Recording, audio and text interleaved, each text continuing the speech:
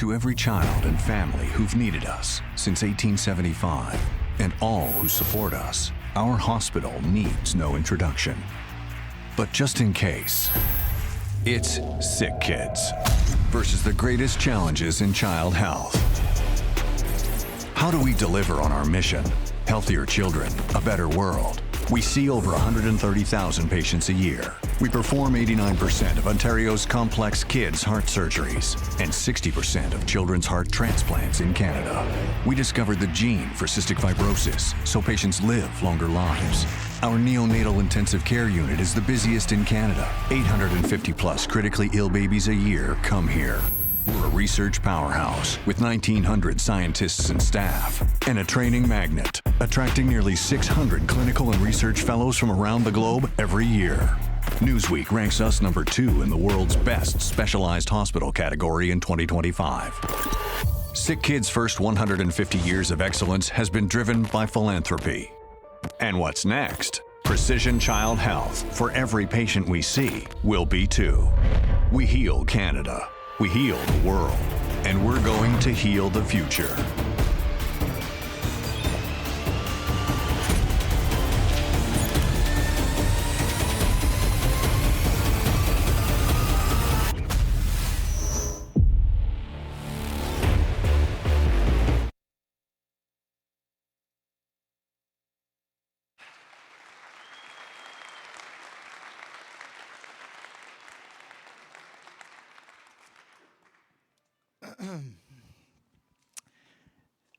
I was talking to one of the speakers earlier, and he was saying that the most important word in public presentation is the word you.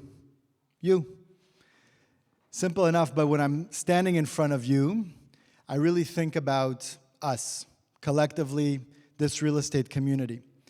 The way we all came together to support SickKids, the Epilepsy Classroom, which is a cause that is very near and dear to my heart, to our family, and you've made that cause now your own by showing so much generosity. That means a lot to us.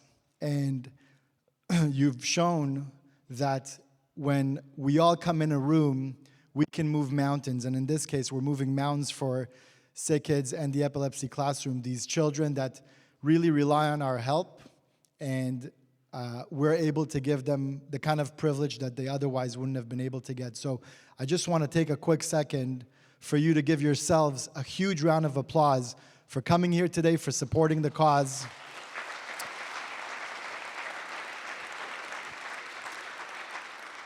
Because without you, there is no us. So thank you.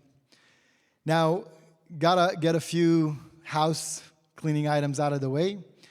A big thank you goes to my team, Andrea, Jasleen, Alejandra, Adam, our entire roster of realtors who have supported this event, because it's impossible to put something like this together on your own. So thank you guys so much.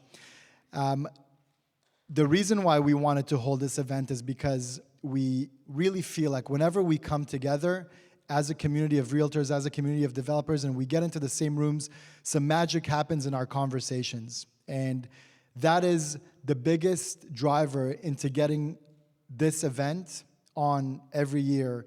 And this year was not easy. I'll tell you, as honestly as it gets, this is probably the toughest year to have put this event. It's not an easy market. We know we're gonna talk about that at length. But you know, asking people for financial support, asking people to come out of their day and spend 2.5 hours with us on a Monday, asking people to show love to the event, to share on social media, to expose this event to your own networks and your own audience. It wasn't easy this year, but we've broken a record with more sponsors than ever before. This year we've had 65 individual sponsors. And that is a massive, massive accomplishment for our cause. And it's shown in the amount of money that we've been able to raise. With your help, we've just crossed over $150,000 raised this year alone, which which brings our total tally, and Nayusha from SickKids is right there, and she's the one that has to deal with me when it comes to this stuff, but brings our total tally of funds raised to over $600,000. And there's a lot of people up there too. There's a lot of people here. There's about 400 people here today, and every dollar that you've put into this cause means the world to us. I want to also thank Dr. Donor. I want to thank all the speakers who have taken the time to come today, and I'm incredibly psyched, actually, to invite, let me put, just so she can get embarrassed, I'm going to put her picture on the big screen here. I want to invite Dr. Donor from SickKids to say a few words herself. Doctor.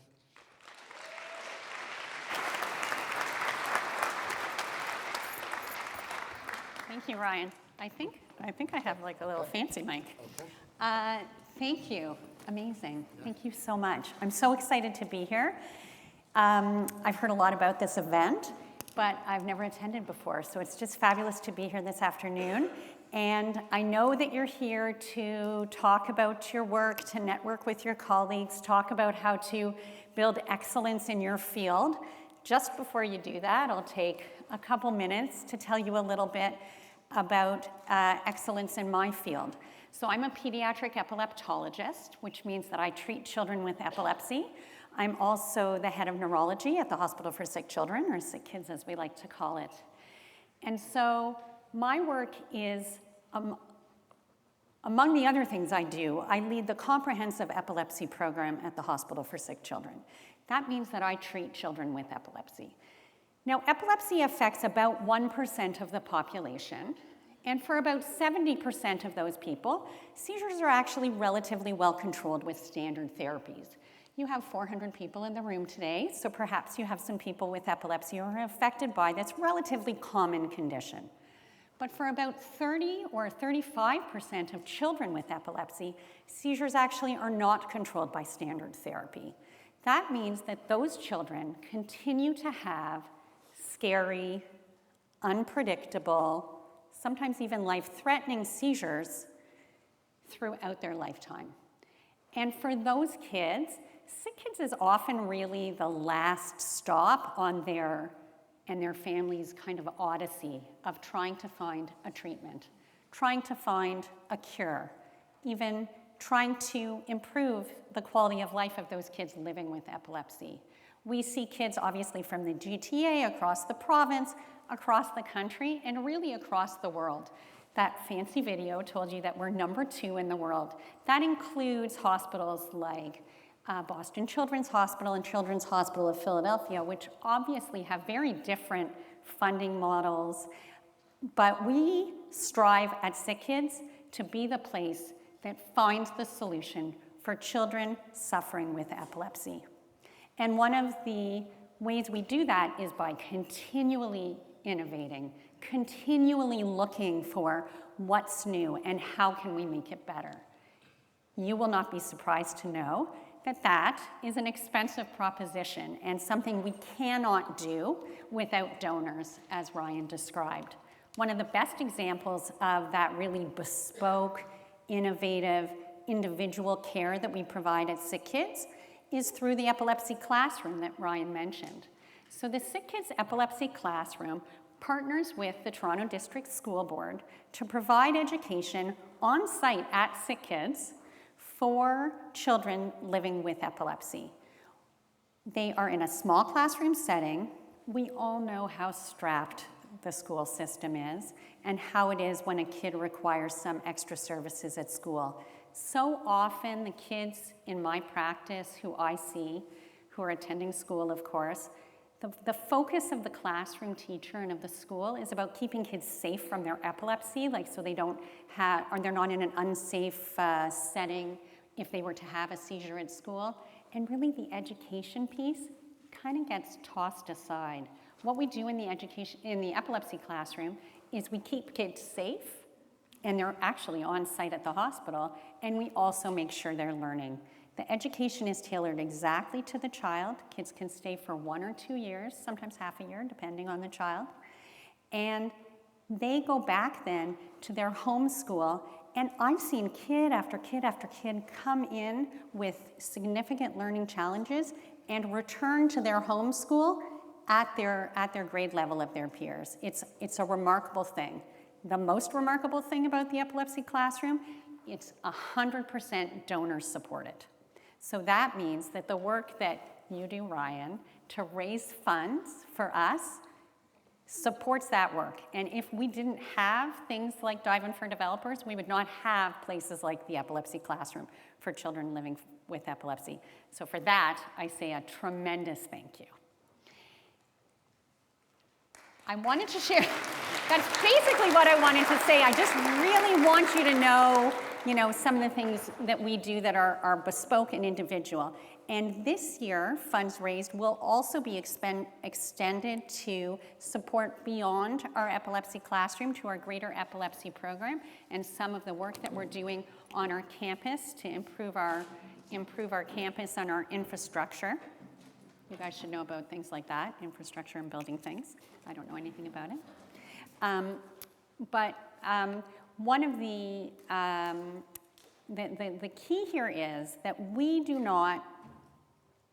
can't do these things without support of people like you. So I'm really just here this morning to say, or this afternoon, to say a tremendous thank you, share with you some of the work we do, and enjoy your afternoon. Thank you. Thank you. Okay. So normally we obviously have the panel discussion. We have all the talent. We have a deep bench of talent right there just waiting to share their crystal ball prophecies with you. So I'm really looking forward to them. By the way, they're also going to give out stock tips so we can all invest, drive some, but wait for that. But this year we decided to do something a little bit different. We've had some challenges as an industry over the last 2.5 years. Obviously, productivity has been lower. And I just felt that this year it would be amazing if we can just get energized, re-energized about our industry, find motivation, find new insight. And I was so lucky to have come across Mr. Chris Cummins. I actually made some notes here, so I don't forget. But so Chris and I met. I was sitting in a coffee shop. We had a video call, and I was just telling him the vision for the event. I was really asking him, I just want to give these guys a jolt of energy. I want to re-energize everybody and have you go out there and really feel revitalized to take on the business with the challenges that it presents us today. So, Chris, I hope you don't mind this, but Chris is the managing director of Cummins Media, a consulting firm helping develop tomorrow's leader. He's fascinated with passion and motivation. He has a book that's coming called The Human Side of Business. And the book is about making real human connections in an increasingly impersonal, electronic, and automated world. I know we've driven this one home. If you haven't heard, then you probably missed every single bit of marketing we had. But he's given 7 TED Talks, and he's trained the senior leadership teams at many Fortune 500 companies, including BMW, FedEx, Microsoft, and the Olympic Committee, just to name a few. In a few minutes, you'll start to see, and maybe you'll actually even agree with me, that Chris is the perfect fit for us today. So please help me welcome Chris Cummins, our keynote speaker for Dive In with Developers. Thank you. Test 1, 2, 3.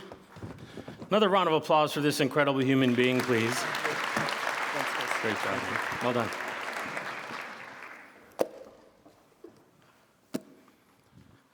First question I have before we get going too far is,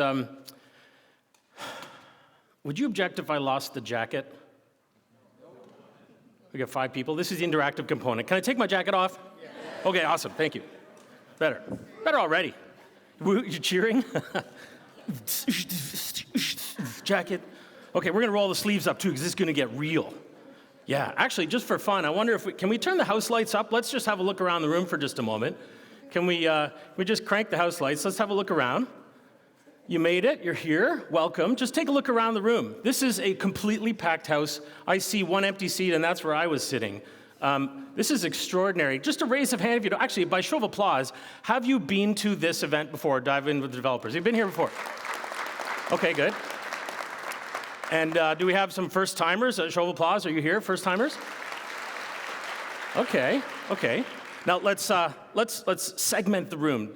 Do we have the new industry folks? Anybody in this room? Just a show of hands. Have you been in the business for 24 or fewer months? Just a quick show of hands here. Aren't they adorable? The new ones are so cute. They're like, "Yay, real estate! Yay, pre-con!" And you're like, "Yeah, a few months, we're gonna wipe that grin off your face." Okay, do we have the 2 to 5 year range? Are you present? Quick show of hands. 2 to 5? Okay, good. 5 to 10 years, are you here? A lot of hands haven't gone up yet. That's interesting. Okay, 10 to 20 year veterans, are we in there we go.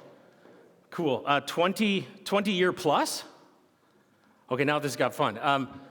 30 year plus? Wow, that's awesome. We have the inventor of real estate here. That's amazing. Okay, so you're here for a whole lot of different reasons. I actually interviewed a bunch of your peers. Some are in the room today, some couldn't make it. And I was trying to figure out, is this a relatively open-minded group? Like, could we try non-standard, opening keynote stuff? Could we try non-standard training stuff with this group? Is it a relatively open-minded group? And I'll just pull here, is it? There's 30 of you, that's awesome. Well, I'll show you where I'm going with this in a second. There was a Harvard psychology professor in the late 1800s and the early 1900s. His name was William James. If you studied psychology, you might recognize this name. William James, in his early text in the late 1800s, he said, "The greatest discovery we've made in my lifetime," which is his lifetime, "in the study of human psychology is the human beings can alter our external circumstances by altering our attitudes of mind." Time out here for 2 seconds. Does that make sense? Yes, no? Yes. This is the interactive component. Does that make sense? Yes, no? Okay, good. In my opinion, what he's saying is that what you and I are thinking about at any given moment has an impact on how we feel about stuff. Can you agree with this one? You can't argue with it, right? If you're thinking that everything is amazing and there's unlimited money coming in and there's a lineup of people buying pre-con and, oh wait, that was happening, yes? There was a time when there were 700 people, like someone comes up, "I want to buy a pre-con." Yeah, so does everybody. Go get in line, pal. You can go line up. There's 700 of you over there and you might get an opportunity to buy. Does this sound familiar, yes, no? In that market, doesn't it feel awesome to be in this business? We're posting on Instagram, hustle culture, what's up, hustling? You're like, unstoppable commission, woo. The 20, 25-year veterans are like, settle down. This sometimes does this, and then sometimes does this, yes? Like, there's a cyclical nature here. But when we're on fire, like 3 years ago, we're like, "This is amazing!" And they're lining up, and you're like, "Maybe I'll take your money. Maybe you won't have an opportunity. You want to buy? Take a look at a floor plan. Pick the one. I know you don't want either of these, but pick one." I thought that would actually be funnier, but okay. And so when we're in that mindset, what we're thinking about is like, there's opportunity, and this is positive, and I'm willing to take a risk. I might even try a new thing over here. I'll step outside of my comfort zone, and I'll become uncomfortable a bit. I'm going to try stuff because this feels good. What we're thinking about is positive, and we're on fire, and things are going well, which then affects how we feel. We feel great. Now, when we're feeling great, that affects our actions, yes? Like, we're willing to do certain things. And when we do certain things, well, that affects our outcome. So what you and I are thinking about at any given moment affects how we feel, which then affects our actions, which then affects our outcome.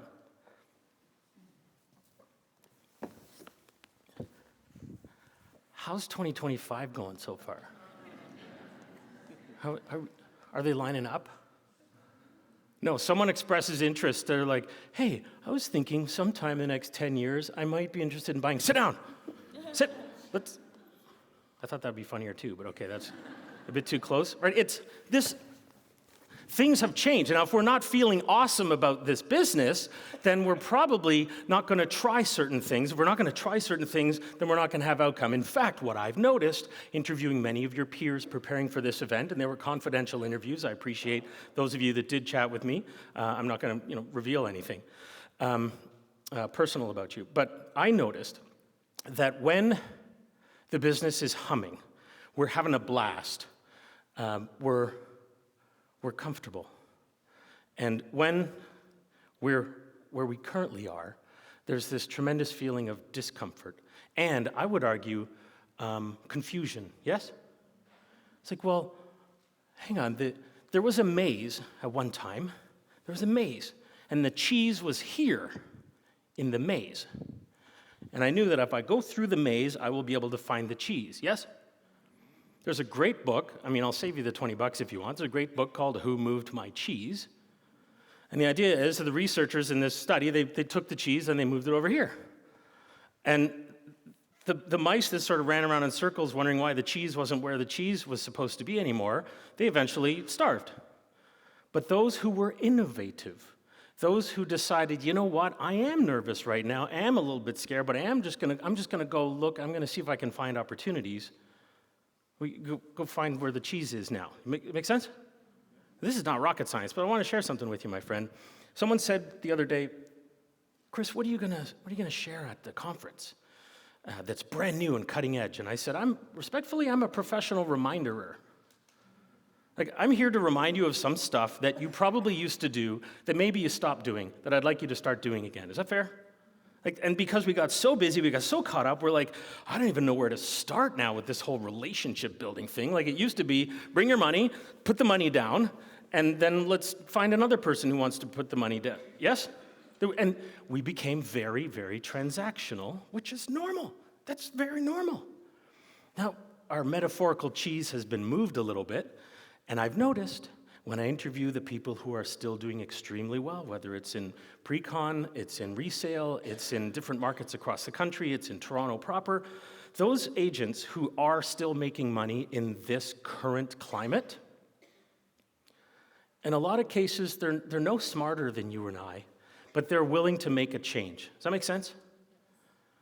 The thing is, though, what we're thinking about, if all we're thinking about is the orange-haired guy south of here,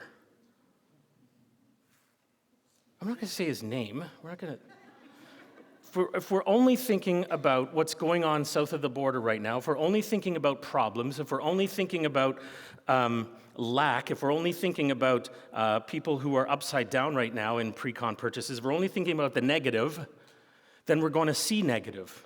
I've been studying a lot of the Stoics, and there's a guy named Marcus Aurelius. Someone twisted this a little bit for Instagram, but I loved it, and so I'm going to share the Instagram one that I saw. It's easy to spot yellow cars when all you think about is yellow cars. It's easy to spot problems when all you think about is problems. It's easy to spot objections when all you think about is objections. It's easy to spot negative when all you think about is negative. So I thought I might start this presentation off with this little social experiment, and I thought we'd talk about William James and the thoughts and the feelings and affect the actions and hit the outcome, and we might see if we can change the vibe in this room a little bit. So let's try a little social experiment. And on the count of 3, I'd like to see if we can get all 400 or so of us in the room to join together in a very polite, not too loud, nice polite golf clap on the count of 3. If you don't know what a golf clap is, think of a time when you were at a conference and there was a bad speaker. That's the clap. All right, I'll show you where I'm going with this in a second, but on the count of 3, let's do this very nice, polite golf clap together. Ready? 1, 2, 3. Very nice, bravo. How to play. I love doing this. It doesn't matter where you try this little experiment. Every single person in the room, you stare right at me. And your facial expression is like, okay, pal, I'll do your dumb little golf clap. Sure.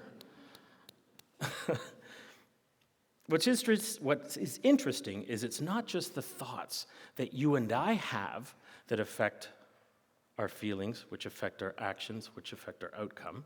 It's also the thoughts that you and I allow other people to inject into our minds, yes? That affect feelings, actions, and outcome. So let's take our little social experiment a step further. And this time, on the count of 3, I, Chris Cummins, am going to yell bravo at the top of my lungs. I'm going to jump up and down a couple of times. I'm going to cheer, I'm going to whistle, and I want to see if collectively we can make more noise than the Aga Khan Museum Auditorium has ever heard before. Cheering, whistling, and let's go nuts in here. You ready? There's 2 of you. That's awesome. You haven't lived, my friend, until you've tried this social experiment with 400 Canada Border Services agents in Ottawa. They're terrifying. Have you interacted with? You've interacted with them. They're not that fun. Anyway, there I'm in Ottawa. We got 400 people. We're going to make the tons of noise. I'd like you to glance around the room as part of our social experiment. We shall debrief after our little experiment. We shall discuss 2 things. 1, what was everybody's face doing during our experiment? And 2, does it change how it feels in this room? Does it alter the vibe? A dude in the back row shoots his hand up and was like, well, that's really early for Q&A. You know, what's on your mind? And I thought it was funny too, thank you. And I thought, I'll play, what the heck, you know? The hand shoots up, he says, sir, you want us to make a lot of noise in a professional business setting like this? And I said, yeah, we're gonna cheer, whistle, glance around the room. We'll debrief afterward. He said, 1 question for you, sir. I said, okay, fire away, I'm an open book, what do you wanna know? He said, are you American?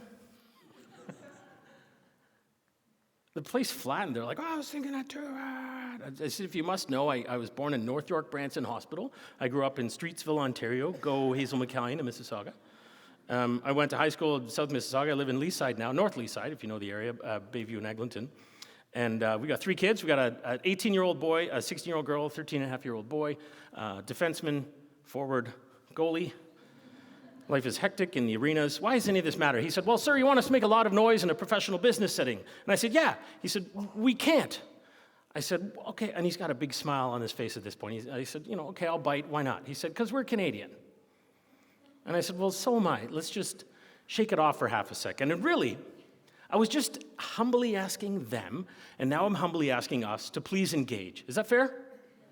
Because if you sit here, arms crossed, like, I don't know what this panel's going to teach me that I don't already know. I don't know what this guy in the white shirt's going to tell me about pre-sale, let alone resale. I don't know if he can do pre-cons. I don't even know if he's ever traded real estate before. I don't know if that's it. Shh. You'll get very little out of it if you have that attitude. Fair? If you decide, what the heck, I'm here anyway, let's just go a little nuts and make tons of noise, glance around the room, it's engaging. 1, tons of noise on 3. It's kind of fun when everybody does this. 2, yes, we're actually going to do this. Ready? 3, bravo! Bravo! Bravo! Keep it going! Come on! Bravo! Keep it going! Bravo! Yeah! Bravo! Yeah! No. Do not tell my 13-year-old I just did the floss. He will never talk to me again. Okay, so I glanced around the room. Did you? Yeah. What'd you notice pretty much everybody's face doing? Smiling, at least smiling, right? Now, I saw a couple of people, like when I got to 3, they were like, yeah, I'm not doing this. And that's fine, we can still be friends, it's okay. But I also saw, it was kind of funny, a couple of people, you might want to switch to decaf like right now. But I like your vibe, I like your style, it's good. What's interesting is there are a couple of other folks who were like, I got to 2, and I was like, yeah, that's not happening. And then 3, and like, look at this, all these people clapping. I can't. Fine, I'll clap 2. Okay, fine. And you can see this battle sometimes in people's faces. They're like, yeah, but I'm not going to smile. I'm smiling too. I don't even want to be smiling right now. Time out here for 2 seconds. What just happened here? I shared a thing. Does it change how it feels even a bit? Yes or no? Isn't that weird?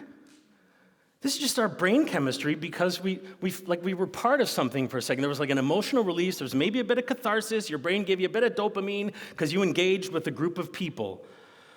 And it's interesting, this concept of community comes to mind. There's a social anthropologist. Her name is Margaret Mead. She's studied human interactions for millennia. And she was in an interview not that long ago. And they asked her, hey, researcher Margaret Mead, what is the first evidence of civilized development. Like, what's the first evidence that we have as human beings that there was civilized development, going from uncivilized, caves and killing each other to civilized development? And she thought about it for a bit. She said, the first evidence that we have as anthropologists of civilized human development is evidence of a femur that was broken, that was given the ability to repair. Wait, what? Because I would have thought it would have been like, I don't know, teapots or ceramic things or cutting instruments or arrows. And she said, no. It was the first evidence we have of civilized human development is that someone broke their femur, and when we look at their bones, we can see that there was a break, but it actually healed. Now, what's going on here? She said, the femur's bad. If you break your femur, it's the really big bone here. If you break your femur, you can't go get food anymore. You can't go get water. Does that make sense? Like, you're done for. If you're in the animal kingdom, you break your femur, it's over. In this case, there's evidence, of course, that if it had a chance to heal, that means someone dragged the person into a cave or into a safe area, brought water to them, brought food to them, brought value of some kind to them, in many cases expecting nothing in return. That's the evidence of civilized human development. That someone who couldn't help themselves was helped by others and gave them value, gave them food, gave them water, gave them shelter in enough time for them to be able to heal. Now, I want to follow two through lines for our short time together this afternoon. That first through line, which we've already touched on, is the idea of mindset. What William James is saying about thoughts affect our feelings, which affect our actions, which affect our outcome. And the second through line I want to follow is this idea of relationships, of valuable relationships where there is value exchange. And in some cases, it feels like the value exchange is only going in one direction, which feels a bit weird. Now, the nice people at the Harvard Business Review published an interesting study. You might not have heard of this, but it's called the Harvard Study of Human Development. I love this stuff, so I devour this kind of study. They interviewed first-year Harvard students and similar age non-Harvard students. And they're trying to figure out what correlates to success and happiness in this life, in this human interaction of ours. So they interviewed these first-year Harvard students and non-Harvard students, and then they kept them in the study for, I think we're at 80 years now. This is the longest longitudinal study of human interaction ever. Like, they've had several different curators of the study. What they found was those who now, 50, 60, 70 years later, who have experienced success and happiness in life, they had certain things in common. And one of the things that they found was those who had given the most value to the world around them tended to be more successful. And those who had the strongest interpersonal relationships beyond spousal and family, but those who had strong interpersonal relationships with other members of community also tended to be happier. That's interesting to me. Now, I think we can all agree it's not just about money. Fair? I know people who have multi-millions of dollars who are terribly unhappy people. This happens. But I will say that I, Chris Cummins, have been broke before. And I've had money. Much prefer the money. However, it's not just about money. Fair? There's way more to success and life and happiness than just cash. But what this study showed me was that when you have the ability to build stronger relationships with those in the community around you, you tend to attract more resources, you tend to attract more opportunities. Make sense? Now, the opposite is also true. If you go around upsetting people in a community environment, if you do that enough times, if you upset enough allies, trading partners, countries, what was the word? There's a finite number, There's a finite number of customers, of countries, this is the concept of giving value versus taking value. And I've interviewed agents over my 20 years doing this full-time for a living. I first started with Richard Robbins as a full-time speaker and trainer for 2 years. That was 20 years ago. I've been to pretty much every resale brokerage in Canada with more than 60 agents at most of the major brands over the last 18 years, let's call it. And I find it really bizarre that the agents who are struggling will take all kinds of time to come up to me, and they'll say, Chris, great presentation, loved what you did. That's not going to work for my clients. And they'll give me this whole list of all the reasons why it won't work for their clients. And then you talk to someone who's the top producer, top 3, 4 producer in their office, and they come up to you and say, great presentation, Chris. I don't know if that's going to work, but I'm going to try it. You see the difference? And a lot of the things that I tend to notice seem to work are finding ways to give value to other people. Find ways to slough value off of you out into the system, and the system will reward you with value coming back. It's that straightforward. But the thing is, we need to start thinking more about, I wonder what that person's trying to achieve, and then see what we can do to help them achieve that. And it might not be getting us a payday right away, but it's planting seeds in order to be able to pluck that crop later. Make sense? Because one of the things that's so cool about this panel that's coming up here is every single person who's going to be sitting in these chairs is a long-term time horizon thinker. Yes? Like you have to be. To get through the permitting process alone, it takes 700 years. Again, thought that'd be funnier, but okay. Long-term thinking is what, you have to have that in order to work in this developer space. You can't just be thinking next quarter, like you can't, hey, let's pour some concrete, let's put up a thing, yeah, we sold it. No, it's gotta be very long-term, methodical thinking. But the problem is when you and I are in fight or flight mode, and we're like, hey man, I haven't closed a deal in a while, like I gotta close a deal. I don't know where the next deal's coming from, I'm a little bit freaked out right now, so I just gotta get a deal, I need a lead. And then someone comes into the office, they're like, hey, I'm thinking about buying real estate. You're like, no way, I'm really caffeinated, and let's go do this right now, let me take your money. It turns out, you and I smell like commission breath when we're hungry.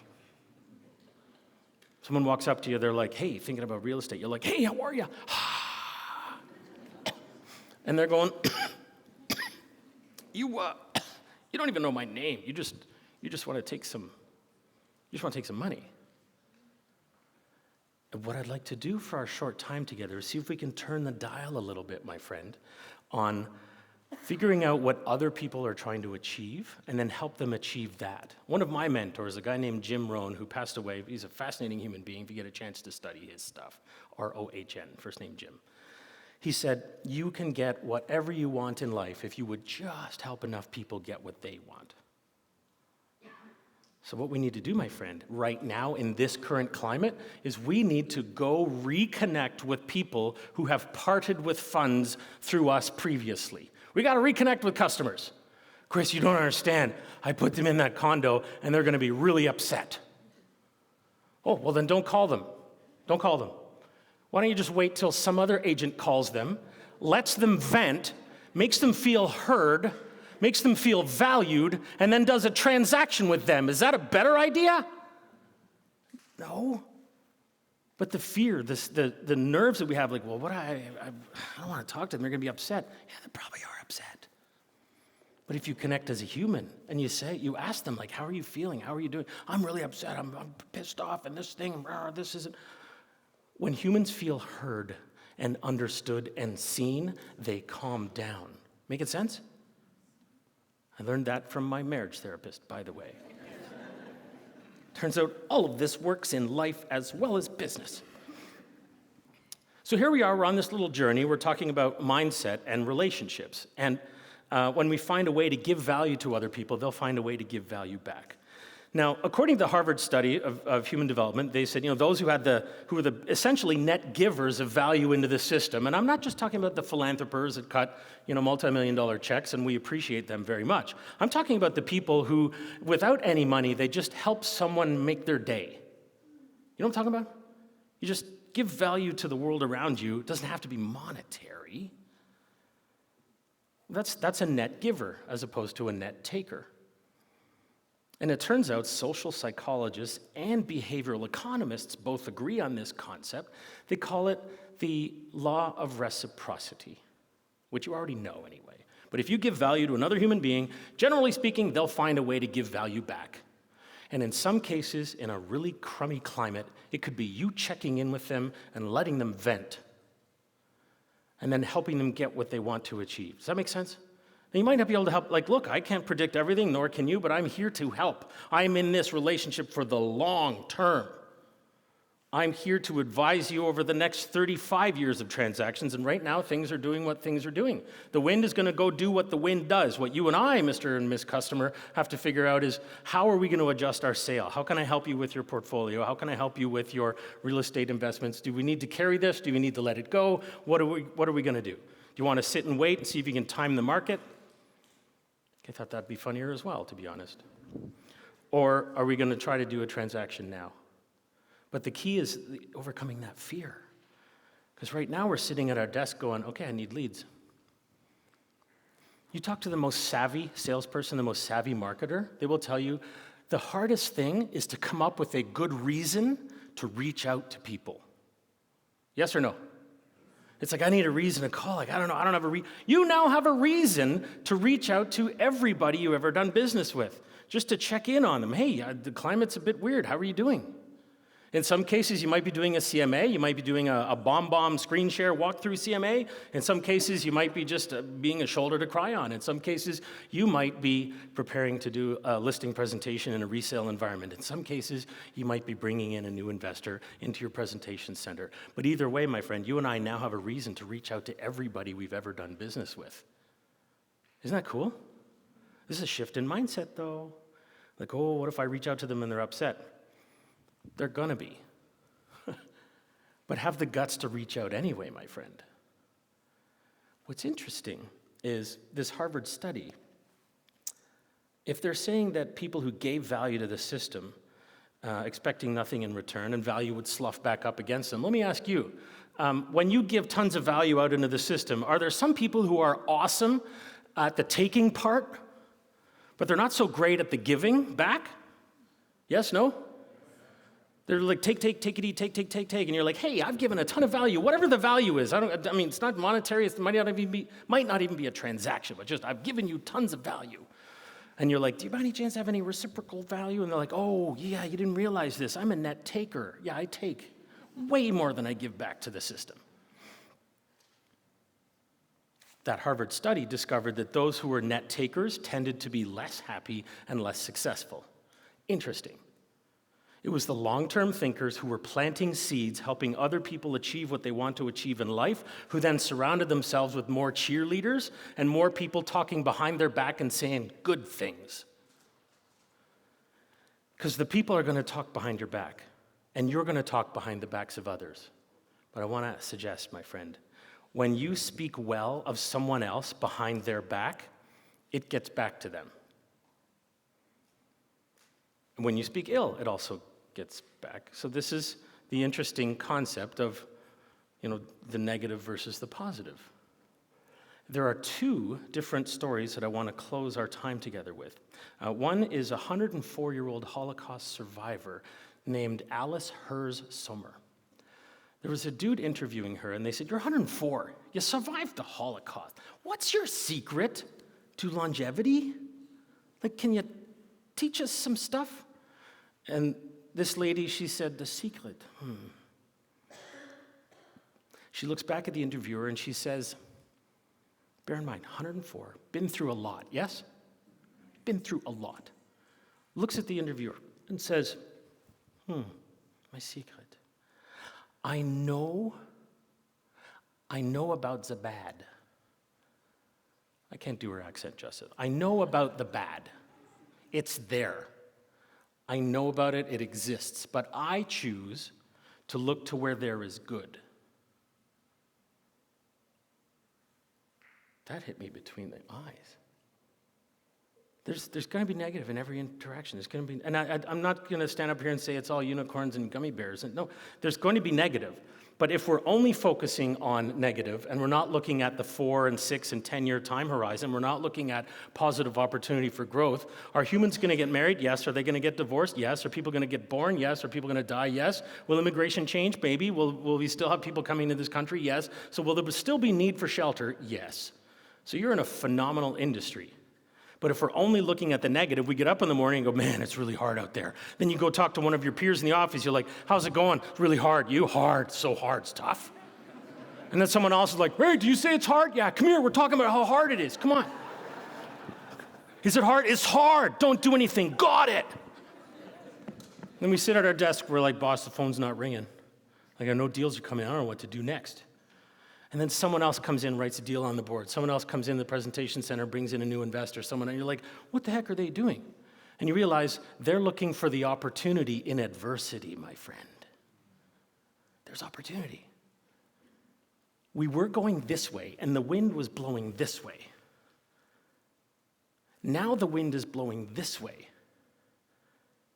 And we're still trying to go in that direction, wondering why things aren't working that way. You've got to change your direction a little bit. You've got to adjust your sail, yeah? I mean, if you've ever been in a sailboat, you can sail into the wind. It's a weird concept, but you can go that way. You've got to adjust your sail and then tack and tack and tack. That's all I'm asking you to do, is maybe change your mindset a little bit and start making connections with other human beings. Oh, I don't know, like networking at Dive In with developers. Oh yeah, you're already here. The fact that you're here suggests to me that you're already like-minded, you're already into connecting with other people, you already see the value in philanthropy because of what Ryan and the team have done, you already see the value in connecting. These are your people. If you don't leave here with at least 10 business lunches, I think there's something wrong. Go make awesome connections with this group of people, because these are the people. These are your people. The other quick story I want to tell you is a lady named Hilda Back. She was an impoverished school teacher in Sweden.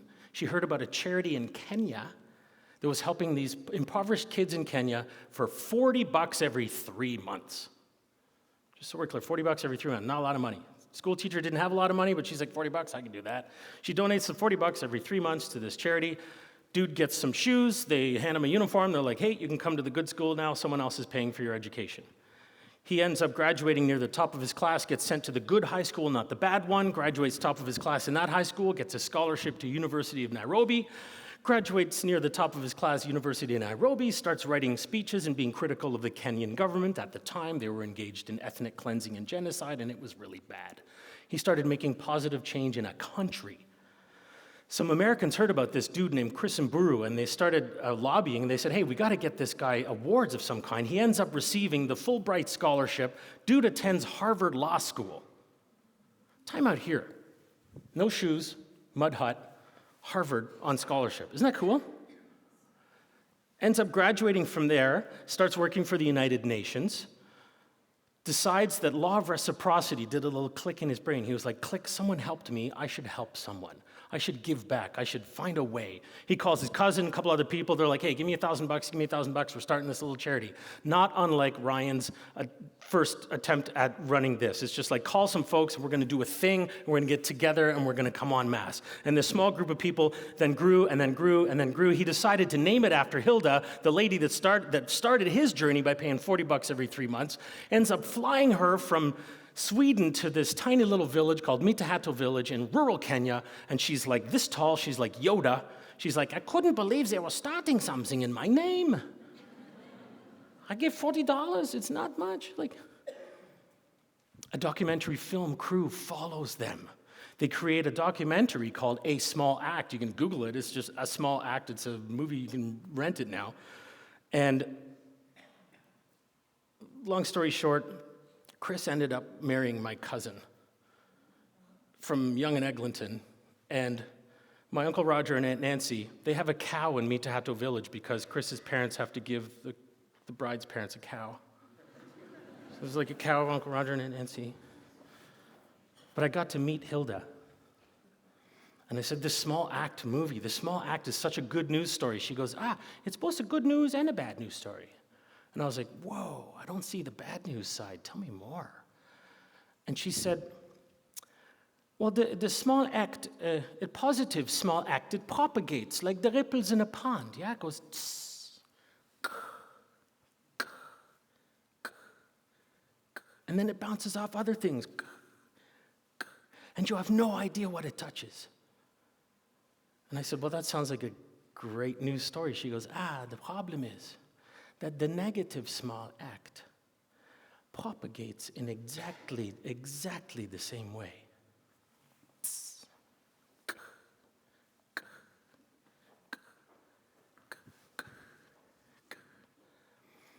If you wake up every morning and you hang out with a whole bunch of people that tell you how hard it is to make it in this industry, you're going to have a really rough go.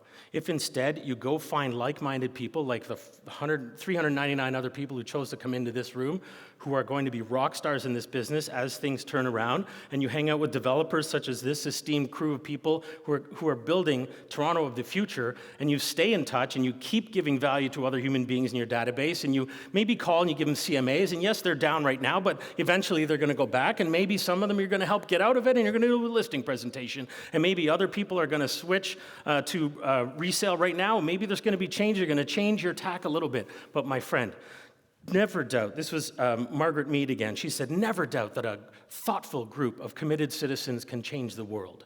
Indeed, it's the only thing that ever has.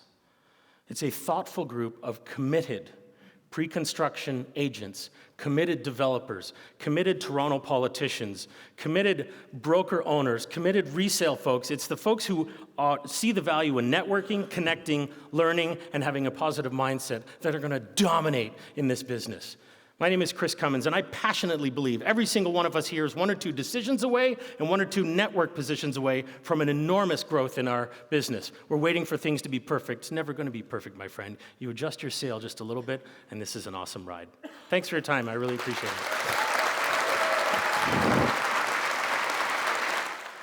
Thank you. Check. Thank you, Chris. Thank you.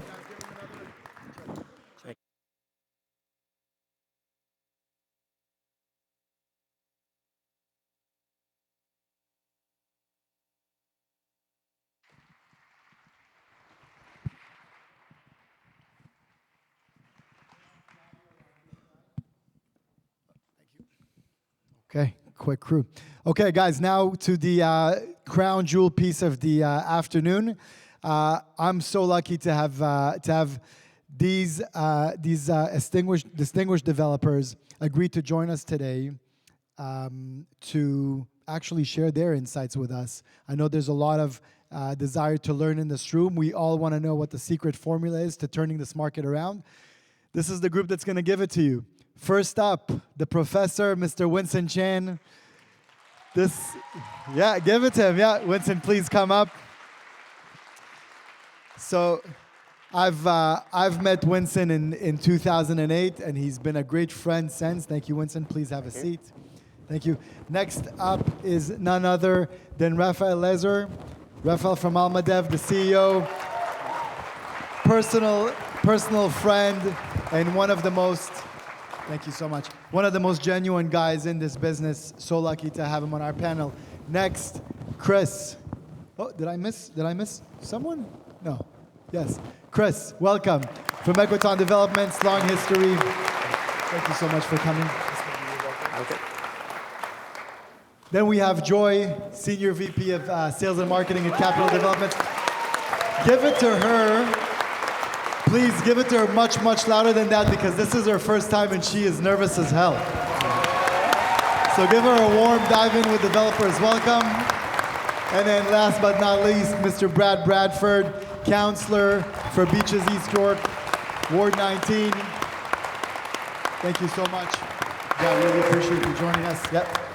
So Brad is going to give us a unique vantage point of a politician. Guys, make yourself comfortable. We're going to be here for the next, we have it for the next 4 or 5 hours, right? Yeah, okay. So the first question that's really I have for the audience, for the panel, and before we dive into housing and we dive into the microeconomic state of our market, I want to actually start macro. I want to start with the bull in the China shop. Obviously, our neighbors to the south, it's been 2 months since there was a little bit of a leadership change there, or even though for some it felt much longer than 2 months. And we're seeing a lot of movement south of the border. The one thing that's impacting us more than anything, I think, is the on and off and on again tariff discussion. And I want you to share with the audience, what do you feel and how do you think the tariffs will impact our economy in general and our housing sector specific? Chris, I'd want to start with you if you don't mind. Oh, okay. Taking on you. Yeah, absolutely. So tariffs are an interesting thing because right now, with this on again, off again, it's creating enormous uncertainty, and uncertainty in our marketplace takes away confidence. And I spoke about this last week that, the effective costs is one thing, and we'll deal with that, and we'll figure out other supply chains, and Canadians will pivot, and so on and so forth. But the bigger effect is people worried about their jobs. So there's talk about the fact that, if the tariffs continue, especially in the auto sector and steel and aluminum, Canadians could lose up to 500,000 jobs. And 500,000 jobs lost in those industries then creates more job losses in the industries that support those. So that's the concern right now. The concern is if you want to buy a house, if you want to buy a condo, the concern is, am I going to be employed? Is my husband going to be employed? Is my wife going to be employed? So I think that that's what's hurting us so much right now. Now, that being said, I have a positive, and that is I do think the tariffs will go away. I think that this is all just positioning. I think that you see it with Trump and you see it with the U.S. administration. They're negotiating, and they're basically renegotiating the new NAFTA deal, which is the same thing he did last time. So it's going to be a little short-term pain. We'll get over it. Canada will be better off in the long run. And I was happy to see, I'm not going to talk politics, but I was happy to see that the new prime minister, whether you support him or not, got on a plane and went to visit with the president of France and the head of the UK. That's what we need to be doing right now, building relationships beyond the United States. Amazing, thank you. Rafi, do you have any insight on that? Yeah, I actually agree with a lot of stuff that's been said here. So everybody's concerned about this, and it seems like something that, there's a lot of unknown. I totally 100% agree that this is more of a negotiation tactics, I think, employed by our friends from the South, rather than a real economic strategy. I don't see any benefit. It hasn't proven itself to be effective in the last 100 years, whenever it was attempted against Europe or against, I don't know if something is off here. But I do think that at the end of the day, we have to look at it. We'll do this? Okay. Can you hear me now? Okay, awesome. So I do think exactly that if there's a silver lining here is that we have to see the opportunity here. And it kind of ties to what Chris was saying. We are very super reliant on the U.S. in anything we do in this economy. There's a whole big world out there. A lot of representatives of this world are actually living here in Canada, in Toronto. We're so diverse. This is the time to explore new markets. This is the time to explore new opportunities and try to do things differently, not necessarily to be dependent on one source for our entire economy. So I see this as an opportunity, not just negotiations. Thank you. Brad, I'm curious to get your perspective from kind of like a politician's perspective. Just because obviously there's the discussion around 25% tariffs really on all goods. There's the 10% tariff on the energy products and essential minerals. There's also on March 12th, I think there was that's the remix. Sorry. I think this thing's on. Check. Yeah, that's good. And I think on March 12th there was a global tariff imposed, 25% global tariff on steel and aluminum. And so, how does that impact us from kind of the politician's vantage point? Yeah, I guess I'm the guy on the panel here who's going to talk politics today. I'm fine with that. It's great to be here, by the way, in a room with so many hitters. Look, I would say that this is a big game changer for us here in the city. And as difficult as the next few months, maybe years are going to be, this is a shot across the bow for all of us. This is a wake-up call. And I like Rafael's point about, can we see the opportunity here? Historically, we have been so reliant on our relationships north-south And this is really an opportunity for us to cast our gaze abroad, to look more east-west, to develop deeper connections, not just with the US, but looking abroad. And we're not the level of government, I'm at the City of Toronto, we're not the level of government that's writing checks for EV battery plants, we're not the level of government that's subsidizing people's wages. But for us, what can we do as local government here in Toronto and municipalities across the GTHA? The question that we need to ask is, how do we make Toronto the most competitive and the best city to build a business in the world? And if you ask that question, to my mind, there's kind of three principal things that we can do. One is reduce property taxes. Two is reduce red tape. And three is to reduce the regulation. Those are the... All right. Sounds like our audience likes lower taxes. Yeah, so friendly audience. Like I don't always get that reaction. No, but those are the things that the municipality can do. When we want to put a ban on Teslas, sure. There are the performative actions that Mayor Chow wants to lead with. City Council can come in and do a big group hug and tell everyone we're going to buy local, and we should, and we do, and we should. But those three drivers, reducing taxes, reducing red tape, reducing regulation, that's how we're going to compete. And we have to be real honest. We're competing right now. And cities like Miami and Dallas and Austin and Minneapolis and Calgary, they're eating our lunch.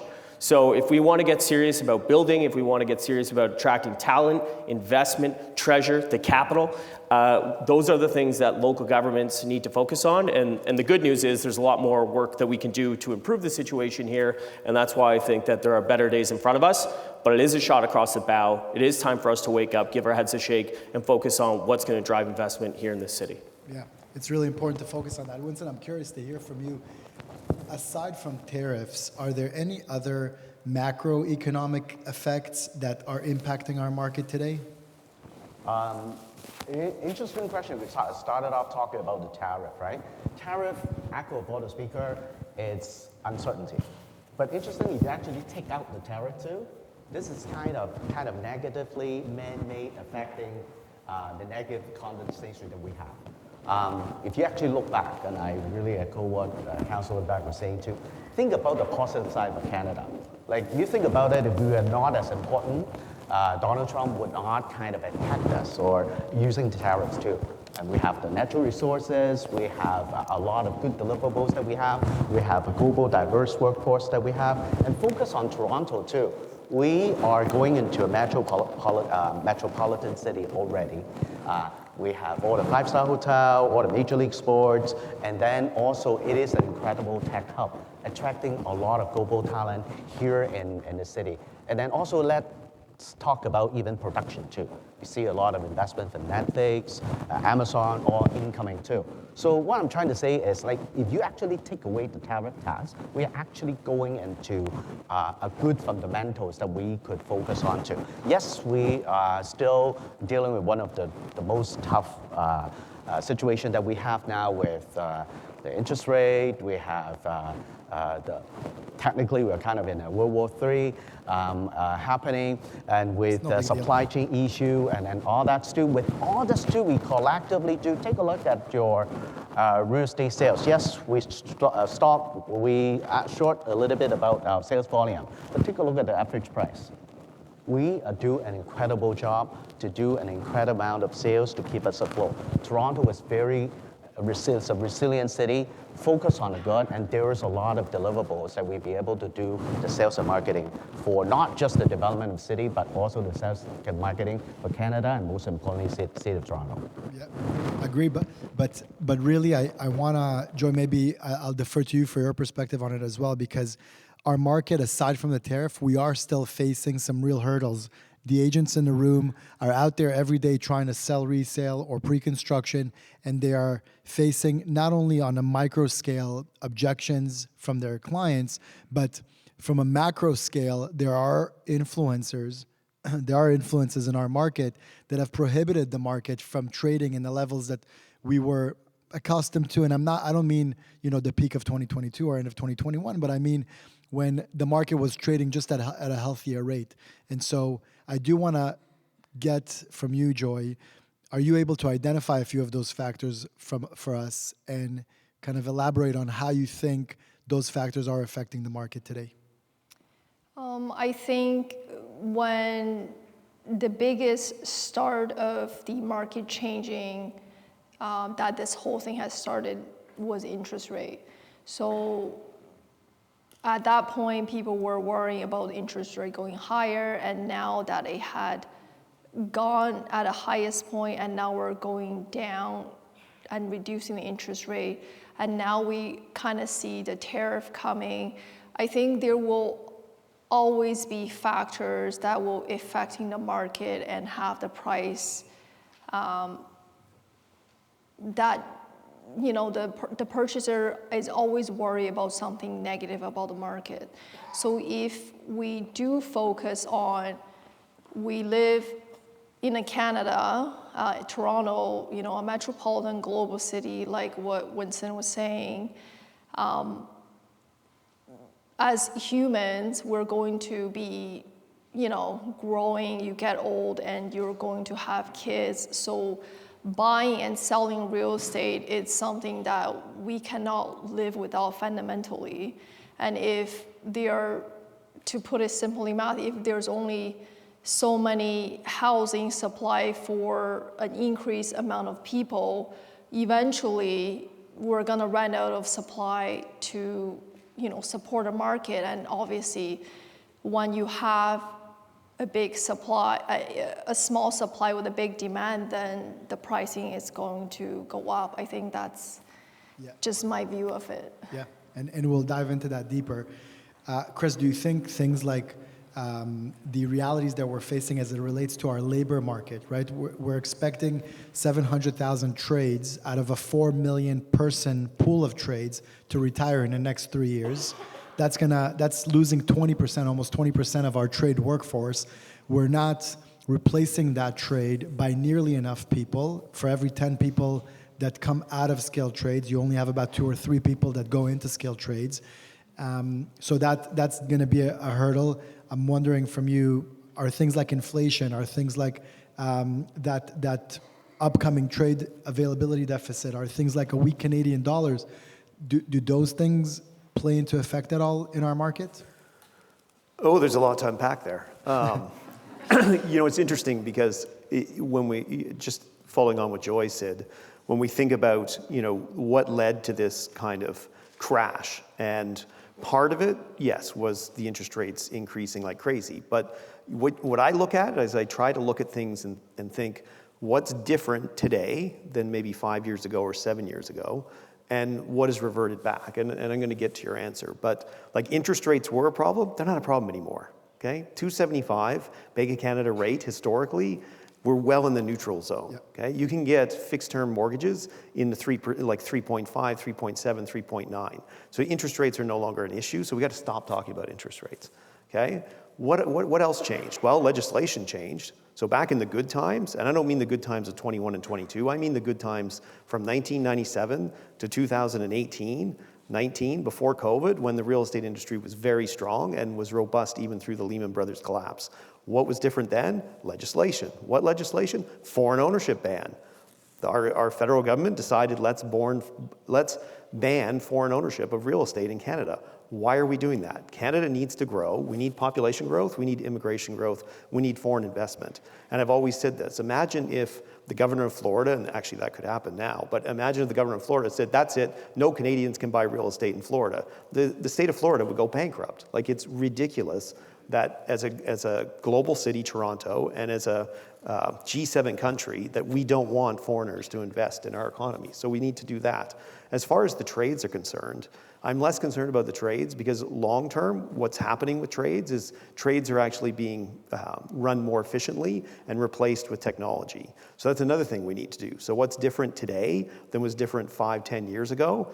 In the construction industry, pretty much absolutely zero. And I mean that like for real. Yet, technologically, if you go to Europe or if you go to the US, the way they construct buildings from 10 years ago to today is completely different because they embrace technology and they embrace new building ideologies. We don't here because we were lazy, because we didn't need to. There was no reason to change. The market was booming, the trades were getting rich, everybody was happy.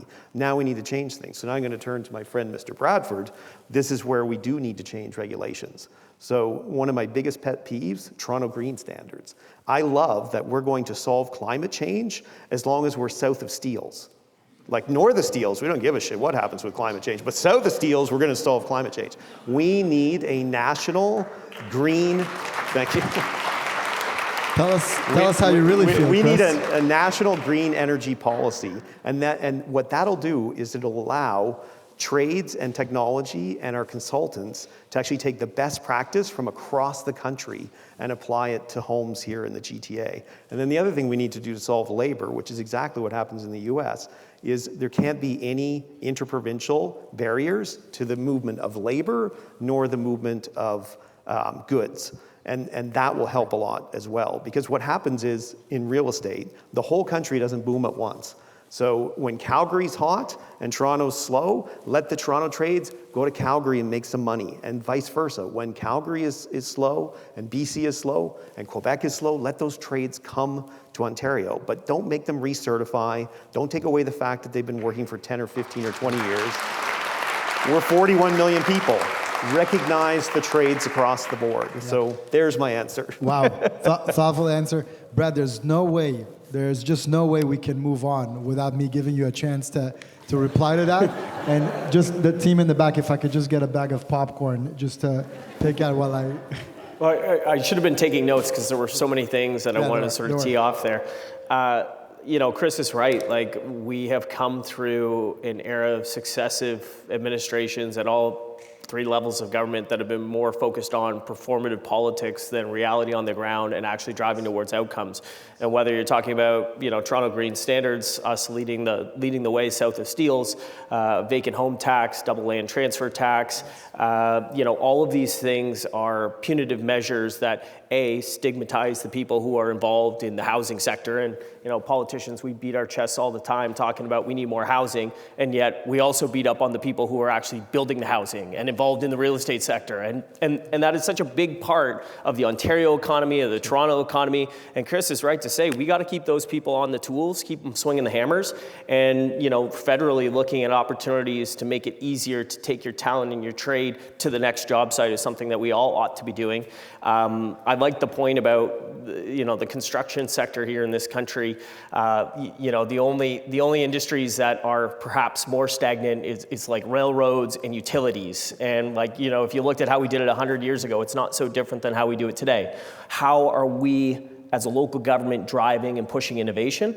Well, it's a lot of our regulations. Like, we could make it easier to do things, and yet we constantly make it more difficult. I'll give you an example for any folks that are in the modular or panelized housing business. We see that as a pathway to get jobs done on tighter infill sites, the sort of missing middle, the modest mid-rise stuff that we want to see more of. And yet for a long time, we've been sending our building departments out to a factory to look at projects on a one-off basis to determine whether or not it's safe. You know, come up with a standardized kit of parts, something that is streamlined fast, and if you can just go pull your permits, you can get to work right away. Those are the types of things that government needs to be thinking about as technology changes, as the way we do things differently evolves. But I would say writ large at the City of Toronto, you know, if you were to ask me to describe it in a sentence, I would say it is one of the most risk-averse organizations that I've ever come across of. There is a culture of fear, there is a reticence towards making a decision, and, you know, we've experienced a decade of indecision, a decade where we haven't had folks on the civil service side that have actually been able to lead. And that gets into the politics, because a lot of the times the politicians don't actually want people to make a decision. They want to kick the problem down the road. They don't want to deal with it today. And let's just remember, where we are today in 2025 is different than even 2018 when I first got elected. You had politicians that would literally campaign in Midtown on taking a 20-story building and knocking it down to 12 stories, and nobody was asking what happened to all those potential units of housing that would be available for people who wanted to call this city home. And they were rewarded at the ballot box because that was seen as a victory. The typical NIMBY mentality, right? Yeah, well, yeah, exactly. And so that's been frustrating. I think we're moving and changing a little bit, but like it's the people that are actually pushing the government. It's not the government leading. And you know, you can always ask that question. You lead from the front or you lead from the back. Too many of our politicians have been leading from the back instead of driving these conversations and pushing the bureaucracy to move towards actually creating more supply-side solutions. So I should have taken notes because I kind of went off on a tangent here, but lots of stuff there for you to chew on. Thank you so much. So when we dive into the pre-construction market specifically, where it's been 30 months of a slow market, right? Like it kind of started tapering off in June 2022, and for the rest of that year was kind of slow. 2023 was also slow, and 2024 honestly was terrible. I think everybody here would agree, as much as I'd like to sugarcoat it. For us to see the market come back as developers, for us to bring the market back, does the value proposition need to change? And creating affordability, to your point, is such a hot topic, yet we're finding constant red tape on the development entitlement side. We're finding so much red tape that prohibits developers from actually bringing forward thoughtful development application to market in a way that is fast. And fast is really important in development because there is a time value to money, and every day that goes by, a development becomes more expensive. Build came up with a study last year in August that suggested that every month of delay for a development could cost between $3,000 to $5,000 per unit per month, right? The cost is exorbitant. So how do we get, this is for the developers here, how can we get development approved quicker, to market quicker, and how do we have to reposition our value offering in order to bring buyers back into pre-con? Winson, we'll start with you. Okay, so I think to a certain point, we're always focused on the negative of market slowing down. I'm actually seeing a positive. Because if the market go up and up, do you think if you were to call, we'd be in the middle of launch, a big project launching, people only asking about worksheet, allocation, and all that, do we actually sit down and be able to kind of talk about it? And I think it's a pretty good reset now. Like we'd be able to kind of do the job that we were called to do. Like just take a look at how we call ourselves our industry, P-Con. We haven't even finished the sentence. P-construction for what? Right? P-construction of a home. That's something that we needed to kind of rethink. Like, interestingly, I actually get this question thrown back to me when I would have a chance to speak at MIT last November. And there was a lot of bright mind. I don't understand the reason they invited me to speak, but anyway, I should learn from them. But then one of the questions, genuinely, those are the questions seriously from one of MIT students, their standard real estate, asking, why do you call yourself P-Con? What is a pre-con? Okay, so pre-construction of what? It's actually pretty interesting. Like we all forgot, like we are called to be a realtor, sell and buying homes. It's not papers. Allocation is paper.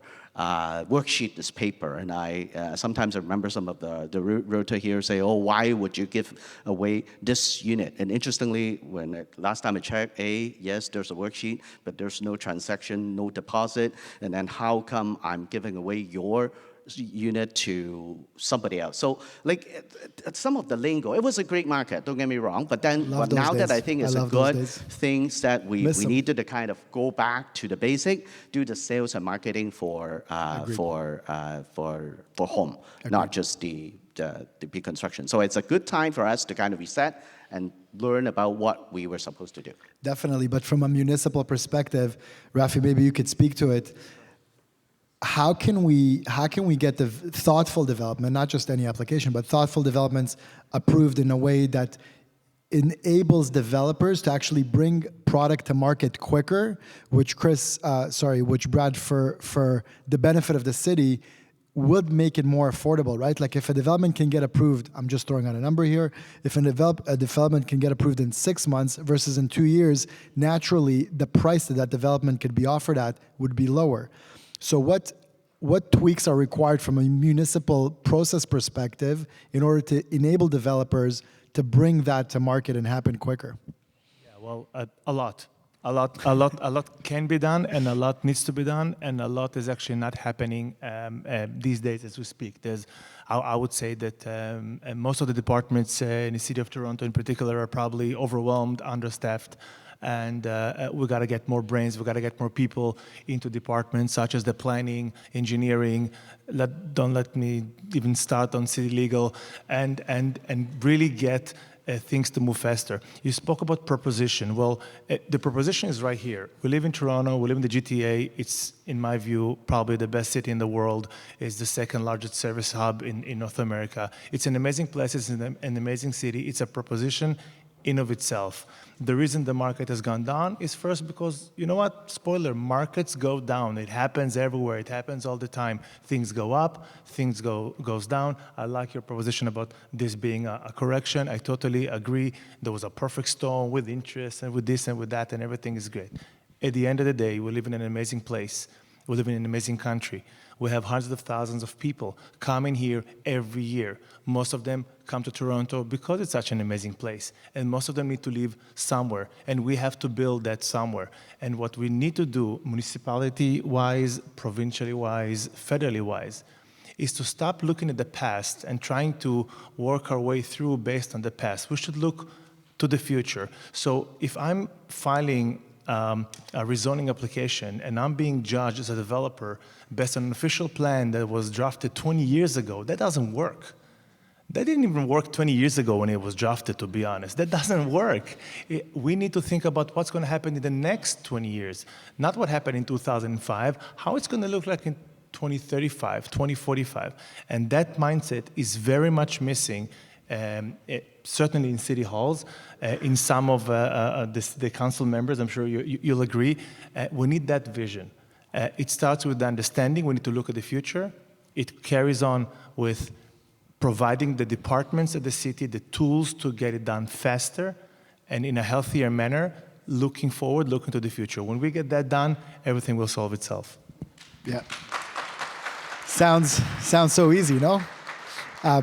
Yeah, you want to comment on that? Go for it. Just quickly, your points are so well taken, and I can tell you there's no urgency, right? Like, you guys are urgent. You're urgent to connect people, and I like that framing, Winson, of like home buyers with the homes. Like, that's the whole idea here. It's not just paper and transactions, but there's no urgency on our side, and Chris has certainly done, pushed a lot of people at City Hall on this front, but I'll give you an example. Like, I was talking with an applicant who had just a minor variance, and they ended up circulating the wrong drawings. City's fault, right? Like, city circulated a previous drawing set. They're like, no problem, we'll get you in as soon as possible, a couple more months, and we'll get you going. And the applicant was like, well, that cost me hundreds of thousands of dollars in interest. So, like, no urgency for you, City Hall, no big deal. But for me, like, that's multiple salaries of people, and the disconnect between City Hall and the policymakers. Rafael's point about our 2003 consolidated official plan is a good one. The city had just amalgamated, and the grand bargain that was struck at the time was, let's direct the growth to the centers and the avenues and keep it out of the neighborhoods. Well, we've all seen the ramifications of that. We have like centers with 60-story buildings. We have avenues that never materialized in mid-rise form because we made it practically impossible to build it. Yeah. And then the neighborhoods that are defined by single detached houses and nothing else. We need to have the humility as policymakers, as leaders, to recognize when we got it wrong and not be afraid to do the right thing, because ultimately it's never too late to do the right thing. Things have changed. The city is now the 4th largest on the continent. We've got 3 million people, a tremendous amount of demand, and the demand is a good thing because people want to be here. But the policymakers never asked the question, why, despite all of the hype and the promise of being the mid-rise city, have we only built 112 mid-rise buildings over the past decade? Well, the answer very quickly gets into TGS, and it gets into angular plane, and it gets into setbacks, and it gets into type G loading requirements, and all the technicalities that, from a policy and a bylaw perspective, make it financially impossible to actually execute on the vision that we as policymakers articulate as something that we want to see. And so when I was in consulting, I learned very quickly the folks who are holding the pen, writing the policies, really need to take a finance course, really need to understand how Excel works and how to drive a pro forma, because policy that is absent the realities of the financials of making a project viable is completely irrelevant and totally useless. Yeah, totally agree. I think everybody here would agree. Chris, go for it. I see Chris is like... To layer on to what both of you just said, I think the other challenge, and this is the interesting thing, because I'm going to talk to you now as voters, and by the way, Bradford for mayor. But no, seriously though, as voters, you need to understand how City Hall works, and actually the biggest challenge in this City Hall is that there's no decision makers within the bureaucracy. So what I find so frustrating, and we've all witnessed it, is you get people around the room and you have your senior planner who's supporting your application, and you have your urban designer, and you'd think those are the two most important people in the room, and they should be, because they understand the planning policy, they understand good urban design, and they understand what we should build. And someone out of the other 18 people in the room will put up their hand and, well, I'm from transportation, and I'm not sure I agree with this. And no one can overrule that person. And then another person puts up their hand and says, well, you know, I'm from Heritage, and like there's that one little facade on that we should really protect that, and above everything else, we should live and die on that. And this is the challenge, is that is starting to change. I've heard rumors that it's going to change, but if you don't change that, so imagine all of your businesses, all of your brokerages. Put 10 people in a room, don't have a president of the brokerage, don't have a CEO, just get 10 random brokers from your agency and just say, all the business plans we're gonna decide on as long as the 10 of you agree on everything. And you'd be like, oh my God, we never got anything done for the rest of time, because all we had to do was agree all the time, and we couldn't agree. And that is a huge challenge. I respect heritage, I respect parks, I respect transportation, but there does come a point in time where the redevelopment and providing 200 or 300 or 400 homes in a time where we're desperate for homes is more important than getting the absolute traffic perfect or the absolute heritage perfect, especially when you look forward and think in 10, 15, 20 years, to Rafael's point, is any of this going to matter? Like, we're so worried about what cars are doing today, and we know in 20 years it'll be completely different than we ever imagined. So why are we letting these things get in our way? And that's exactly what happens. It's extraordinarily frustrating, because you sit there and you just bang your head against the wall. That cannot someone at City Hall say, this is more important in this particular case. And that does need to happen. So. It's like when you're young and you're asking your mom for the permission to go out with your friends, and she says, ask your dad, and then you go to your dad and he says, ask your mom, and then you just kind of, that's how it's like dealing with the city. They're saying, ask heritage, ask parks, ask, look at your shadow study, and nothing gets done. I do want to shift gears now to talk about, in my opinion, the biggest challenge that we're facing in the GTA. I know that right now, when we're looking at the present moment in the market, we feel like the market is oversupplied, right? Realtors, like, is the market oversupplied today? Yes or no? Yes. But that is not going to be a long-standing issue. High-rise sales are 81%, tracking at 81% below the 10-year average. Low-rise sales are tracking at 56% below the 10-year average.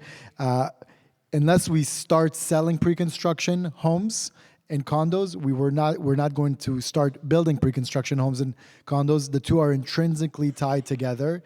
I think even Mayor Chow's staff is issuing a report tomorrow. Brad, maybe correct me if I'm wrong, but they're issuing a report tomorrow where they've actually flagged that the city is about to enter an era, not imminently, but in about 2 or 3 years, of severe undersupply.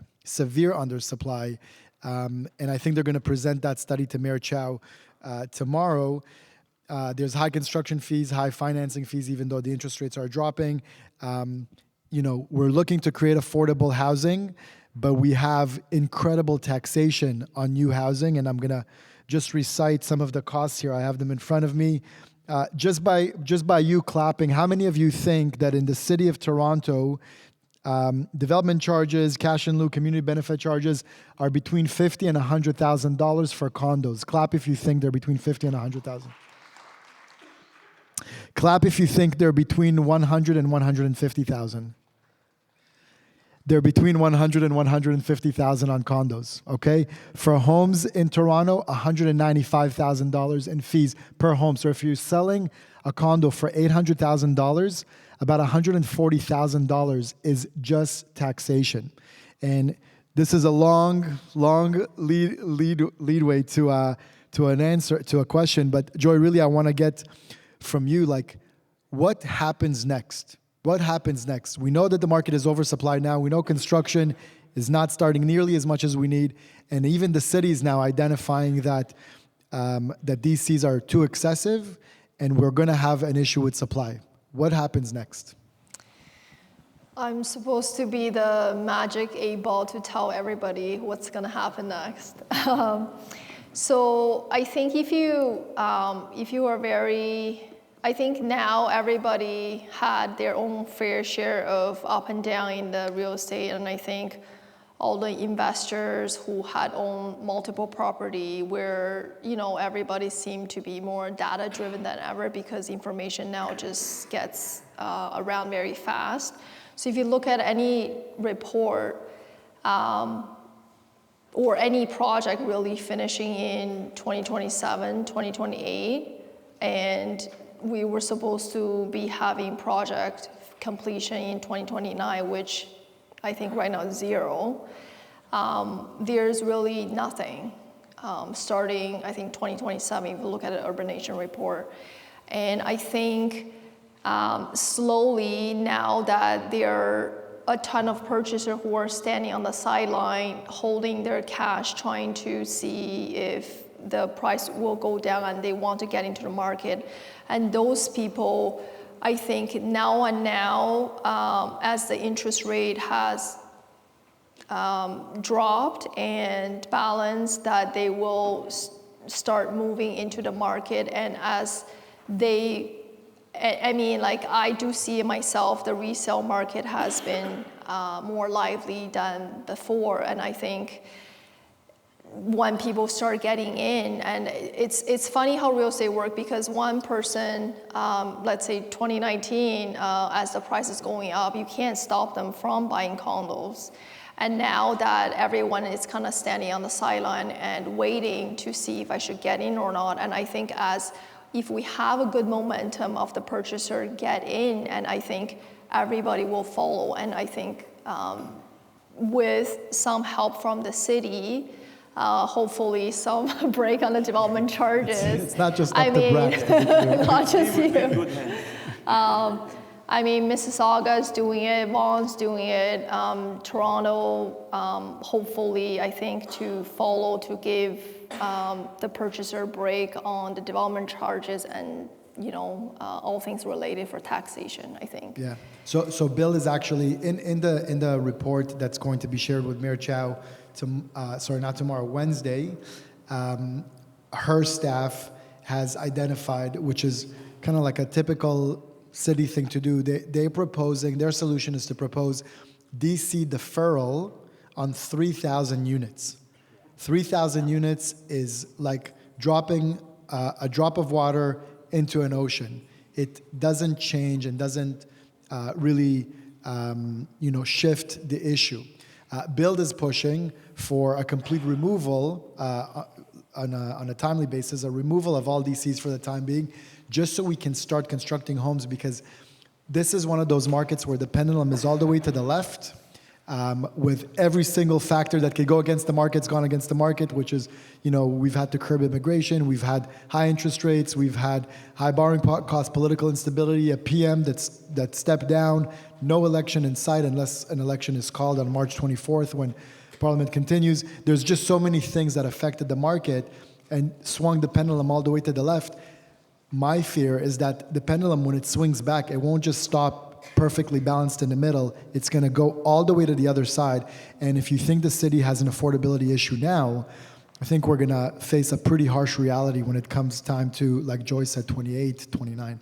And I think to add a little bit, since the government had increased the development charges last year and all the developers are trying to submit their application prior to the increase, and I think that creates a huge lag and a lot of work on the city, and hence why the productivity has, really had an issue of these approval, because I think it's same thing with a foreign buyer tax as well. Like the government had created these obstacles when the market was going up, and sometimes they just get left there and no one really talks about it again, and it doesn't really get taken away. And so the question that I have now, and I'll let Rafi, share his thoughts on it, is DCs are obviously at an all-time high. They factor in such a big way to overall housing affordability. Mississauga has reduced their DCs by 50%, 100% are their 3 bedrooms. Vaughan is reduced by almost 50%. So these municipalities have shown, okay, we need to bring affordability back into the market, and we're willing to do our share. Rafi, what's the solution here? Where do you see this going? So first of all, some stats. You know that over the last 15 years, the development charges in Toronto have almost grew by 1,000%. That's unimaginable. They went from 12,000 in average for a 2-bedroom in 2010 to something around 140,000 today. That's crazy. It's completely out of sync with the market. It's completely out of sync with where it needs to be. Now, I'm not one of those guys who's going to say, let's cut all the DCs. I get it. We need that money in our municipalities because we want to build infrastructure. We want to build things. In fact, I can argue we're not doing enough of that or not putting it in the right places. It's a whole different panel. But at the end of the day, programs that are supposed to ease the burden of affordability, the thing that prevent us from getting into affordability, should be at a much larger scale. The city would have done much better if instead of telling the developers what needs to be done, they would actually ask the developer and the community of the broker and the realtors, what do you think is the problem? How can we fix the problem better? Let's think together. Let's have a think tank together. Let's find solutions. Let's understand what really drives the problem. Because you know what? Everybody likes to talk about solving affordability, but it's what you do, not about what you talk. So if you come out and you say stuff like, oh, we need to fix this affordability thing, but then you propose something silly like what you just described. Instead of supporting developers to build purpose-built rentals, which in of itself is less of a profit in terms of a development, but hey, we like it, we like the product, and we keep doing it. Let's encourage it. Let's find a program that would actually allow developers to take the land, build more purpose-built rental, increase the flow of inventory into the market. And we get programs that have a limited time. You had to submit your SPA by a certain date, and you have to qualify, and you have to apply, and everything.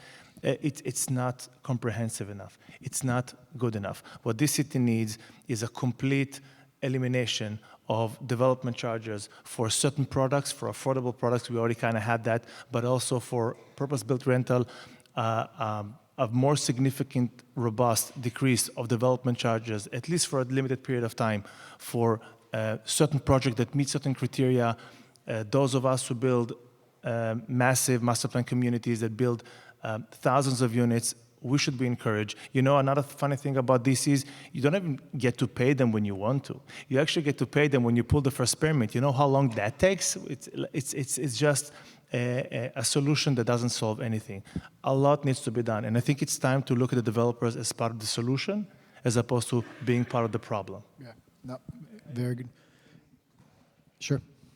I think one of the challenges we have is we talk a lot about the city and we talk a lot about developers. So there's 4 parties in the room, and there's one that we don't talk about. So there's you, the brokerage community, there's us, the development community, and there's the city and the administration. And that's great. The 3 of us are going to get together and solve all this.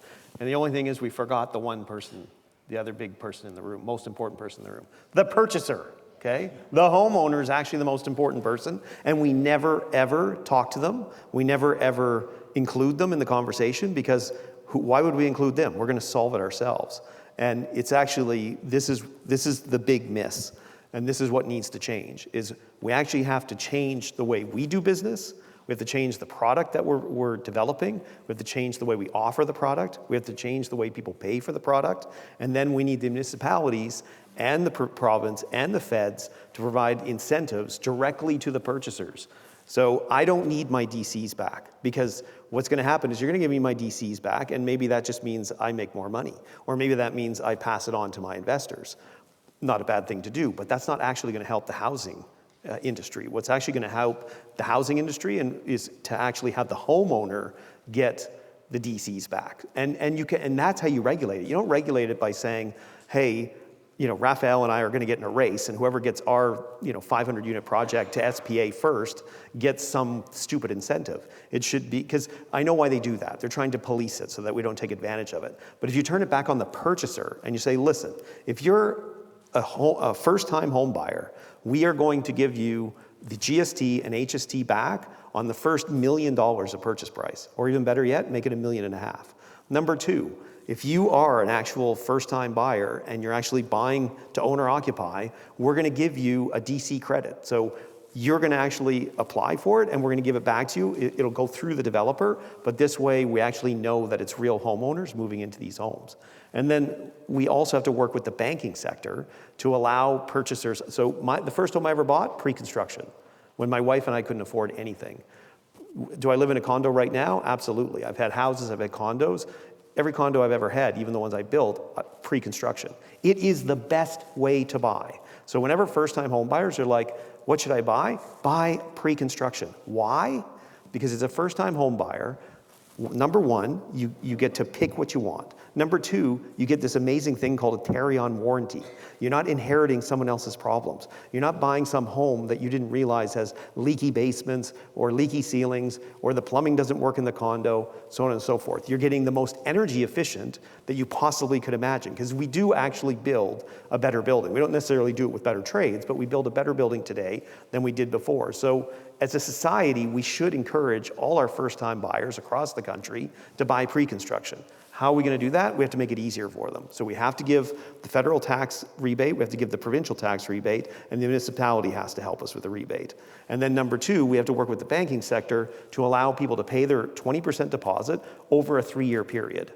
Because that's really important, because first-time buyers don't just waddle up with $200,000 cash in their account. They have to, and this is how I bought my pre-construction, because my first home was out west, and in Western Canada, you don't need to pay your deposit so much in advance, and you didn't need to have 70% sales tests. We could bank and build with 35% sales tests. It was a completely different model, but it was encouraging that first-time buyer. And that's what we want. We want you guys to sell real product to real buyers, and we need to work together as an industry and as a municipality to make it easier for those buyers to make it work. Because that's what's going to solve it, not trying to make it easier for speculators. The speculators came, they blew up the market. We find ourselves where we are today because of that. How are we going to get back to it? Fundamental selling to real customers. And the other buyer that isn't a first-time buyer is the long-term investor. They're still around, and the same fundamentals. Let's make it easier for long-term investors to create, investments that they can share with their children, and so on. And that's the other thing people always ask me: should I invest in an education fund because I have a 3-year-old and a 5-year-old? I'm like, no. Buy each of them a pre-construction condo, and when they're 18 years old, gift it to them. That's far better than an education fund. It's going to be much more valuable to them. So let's get the purchaser as part of the conversation. So let's jump into talking about the purchaser. Winson, I'm curious. Okay.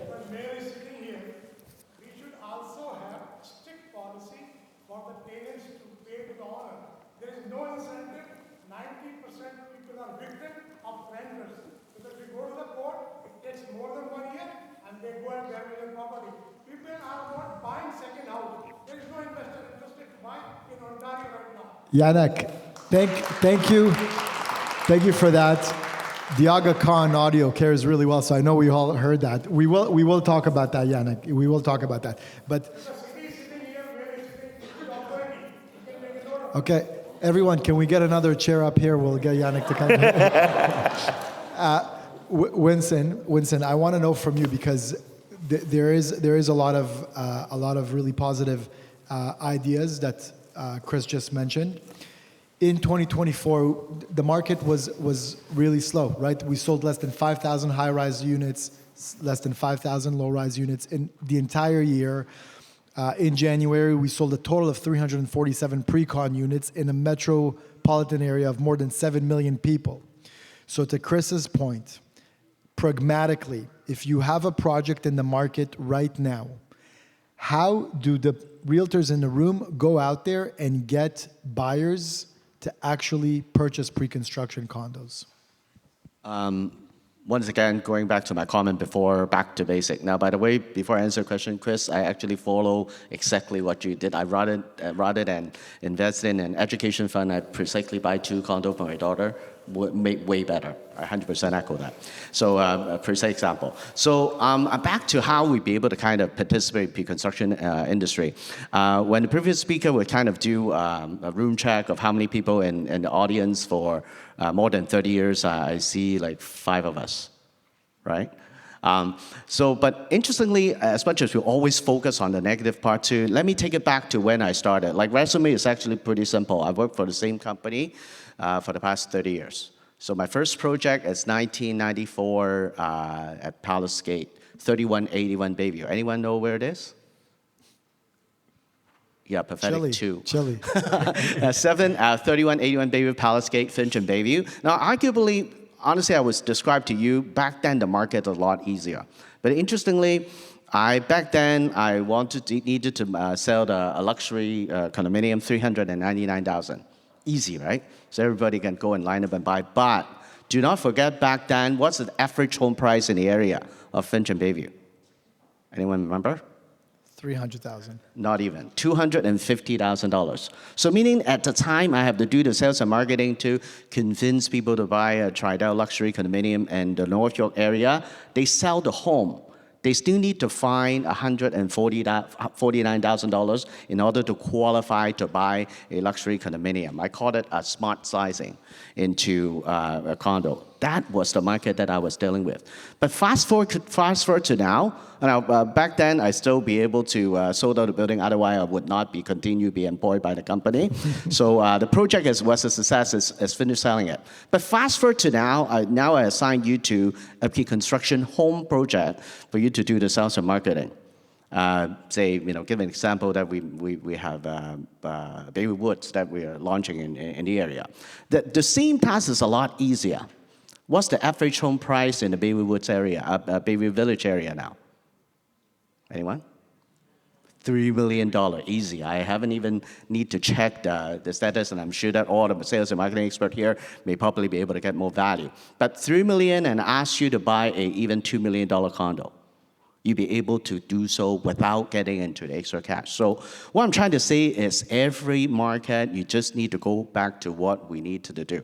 When we launch a project, all the marketing experts here, architect, design, we design home for the purchaser. You know, the audience, the panelists was talking about the consumer, the audience. And then we needed to go back and tell them why we build that is for your home. It could be for them to smart sizing into condominium. Believe me, 30 years ago, they do not needed to kind of move from a home into condominium. 30 years later, they definitely needed to.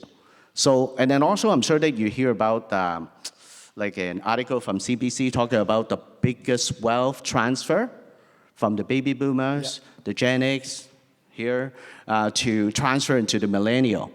So they needed to do so. So those are the need market that people focus on too. Before we only focus on one thing, which is great, investment, but all sales and marketing real estate is not just investment, but also actual needs, and that there's actual needs for the consumer be able to move into a condominium for the lifestyle. Selling the lifestyle, marketing the home, and telling about why they do the need, and then go back to the basic. I think as a matter of fact, what I'm telling you, it's not just a theory. Some of you participate in good luxury product right now too. Anything from $1.5 million all the way to $6 million to right now is actually quite active. And people are then looking about why we needed to talk about condominium lifestyle. It is a smart move, and it is smart. And after, even if they purchase into the pre-construction home, they spend a $1.5 million. Remember, the home was $3 million. they still have another 1.5 million that would become the bank of mom and dad that will be able to help out the next generation. So there is market there, and then I think it's important for us, or all the sales and marketing guru, go back to the basic, focus on the consumer, not just developer and agent and all that too, or maybe investment. And very important too is, if you cannot remember what you hear today, very important is to tell the story that we told today. Like you buying a piece of paper or you buying pre-construction home, there's a lot of work from the city.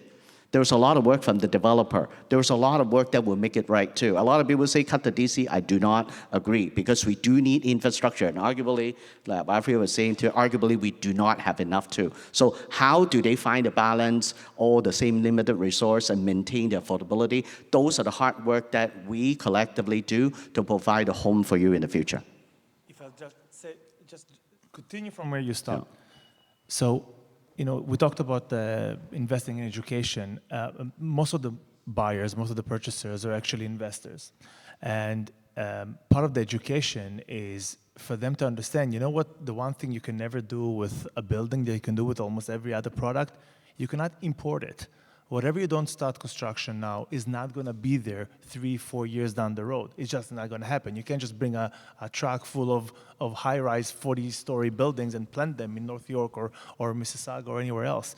It has to start now. The fact we're now facing one of the lowest rate of construction starts, if not the lowest, is a huge issue. I'm happy that it even got to members of the city, but it's a huge, huge issue, and it's already a problem. Guys, it's already an issue because you cannot undo what was done. So we need to educate our community of purchasers, your community, your clients, that even as an investor, now is the time to buy. We're talking about no completion of projects in 29. Well, there will be one at least at LSQ. We are actually one of the few that break ground actually in a matter of a couple of weeks. With our first phase at LSQ, and those who bought in this project, and it's not promotion for my project, it's that our projects, other projects in the city, those who invested in there are going to be almost the only show in town in 2028 and 2029. And I'm not saying it as a good thing, I'm saying it as a very, very bad thing. But in terms of encouraging, it's a good thing for their buyers. It's a good thing for the buyers. That's what I'm saying. It's an educational exercise where us as developer need to communicate that to the realtors, and the realtors need to communicate to the purchaser that this is the time to buy, even when you look at metrics of investment, and you don't even care about affordability, but you're looking about making the right investment for you, for your kids, for your family. This is where you need to put your money. So my question, and I would ask Joy quickly. Right now, the market is what the market is. The reality is that the values in the market have shifted, and I'm curious to hear your perspective. Do you think Toronto's market today is overvalued, perfectly valued, or undervalued?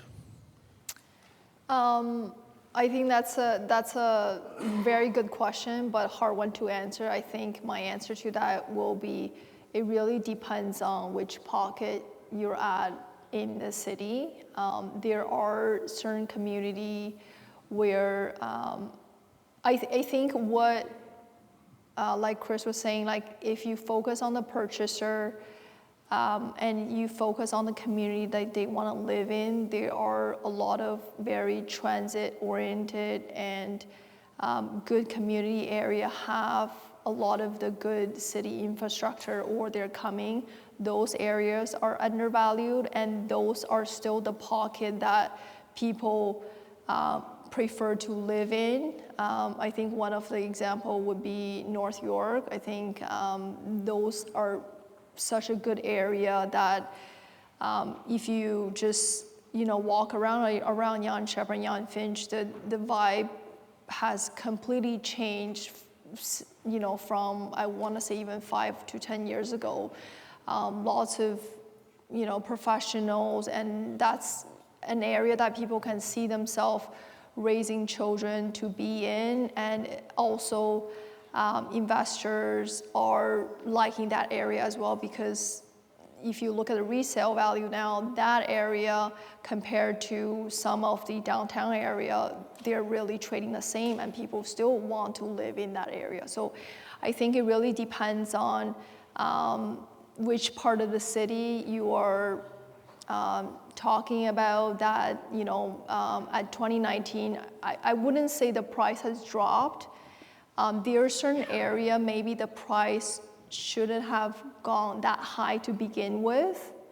I think that's my opinion, because when COVID hits, a lot of people kind of panic, thinking remote working is the way to go for I guess at that point for the rest of their life. So there are a lot of rural area that the price has gone up quite significantly, and you see maybe those are the very big headline numbers where they drop pricing, 40%, 50%.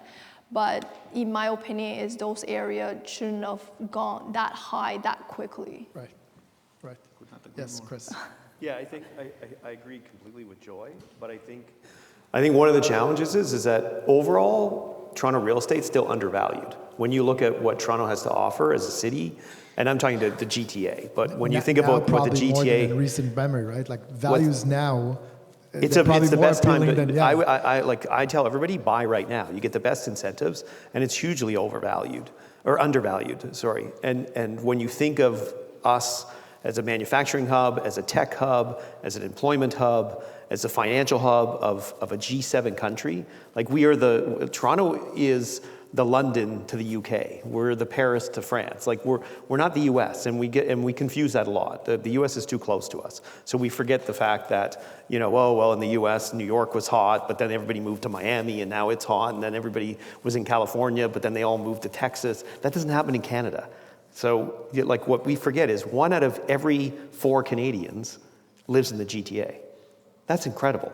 If you applied the same thing to the US, largest city, which is New York, which has a population of 15 million, it would have a population of 96 million people if it had the same mathematics. So imagine if 96 million people lived in New York. New York would be the center of the universe. Toronto and the GTA is the center of the Canadian universe. It is grossly undervalued. However, because of speculation, what happened is that from what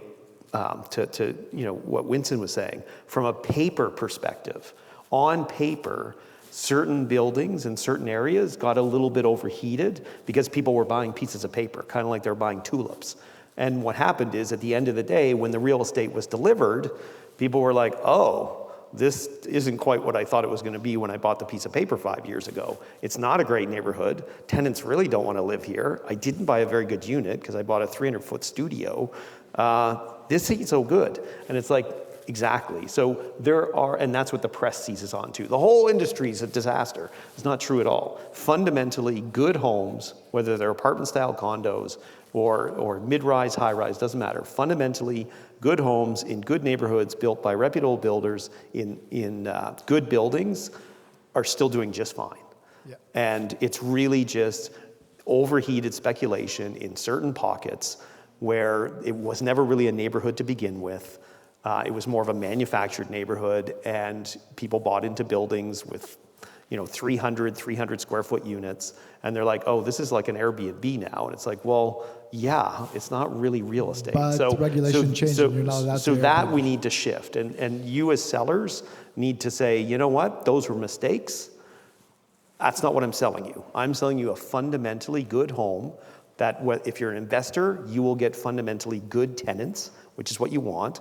Or if you're a homeowner, you're gonna enjoy living in a brand new, fully warranted, 7-year carry-on home built by a great builder, which all of us on the stage are great builders. Yeah. So, but in fairness, to bring investors back into the market, and this is where I'm going to tie it back to Yannick's point.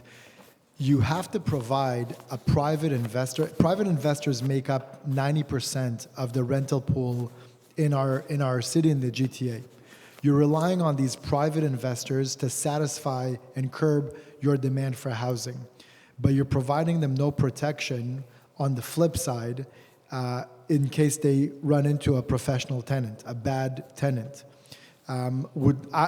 This is not a question, this is a bit of a, me kind of like speaking out loud, but it would be great if the city could, and the province could shift their mindset on that, where look at private investors, mom and pop investors, like countless of buyers that were represented by agents in this room, and protect them when they're investing in real estate, so that if there is a bad tenant in there, they could get vacated as quickly as possible, and a good tenant could be replacing them. We do have to wrap up. Thank you. Thank you so much. Thank you so much. We do have to wrap up, so I'm going to ask just one quick question for everyone here. Brad, we'll start with you. What project are you most excited that you're working on, whether it's infrastructure or a personal project in your ward? And if you can also provide your prediction for the market in 2025. Start with me. In 90 seconds or less. Okay, that's too tough. Look, I'm excited about a lot of the zoning and process reform, and I know that'll put people to sleep, but we need to create more as-of-right opportunities for a new class of builders, people putting their capital together to build and unlock the missing middle housing in our neighborhoods, and I think that's really exciting from a purpose-built rental perspective, from an investment vehicle perspective, and from a opening up new supply in new neighborhoods to new people perspective. Check, check, check. Got to go on that. Look, housing starts are down 68% year over year in Toronto today, both purpose-built rental and condo. Yeah. If we don't get our heads out of our butts and recognize that 30% of the cost of a unit of housing is taxes and it is fees, and that these projects are in the red, we need them to get into black so that we can get shovels in the ground, then we're dreaming in Technicolor. We have to look ahead to 2028, 2029 when we are heading to a fiscal cliff with housing that isn't being started today, that is not going to be available for delivery in 28, 29. That is going to send prices through the roof. So while you are working on absorbing the 25,000 units that exist in the marketplace today, and I know that's very, very challenging, if we don't find a way to get people building right now, it is going to be a hell of a lot worse in a couple years' time. And I do look at the leadership in Vaughan, I do look at the leadership in Mississauga, where they are actually trying to take real, tangible steps to reduce the cost of housing from a government perspective. And I look at City Hall, and I am left wanting, because we have the most mild and meek responses to the housing crisis here in this city, and we have to do better. Incredible. Thank you. Chris, we're just going to work our way here. Yeah, so at Equiton, what I've done is I've actually we have a pipeline right now of 5 projects, all in great communities, all sort of similar to what Brad's saying. Like let's create missing middle housing, let's create more mid-rise, let's create better product for real families to live in. We've done that. So I've come in and I've actually ripped up the plans for all of our projects.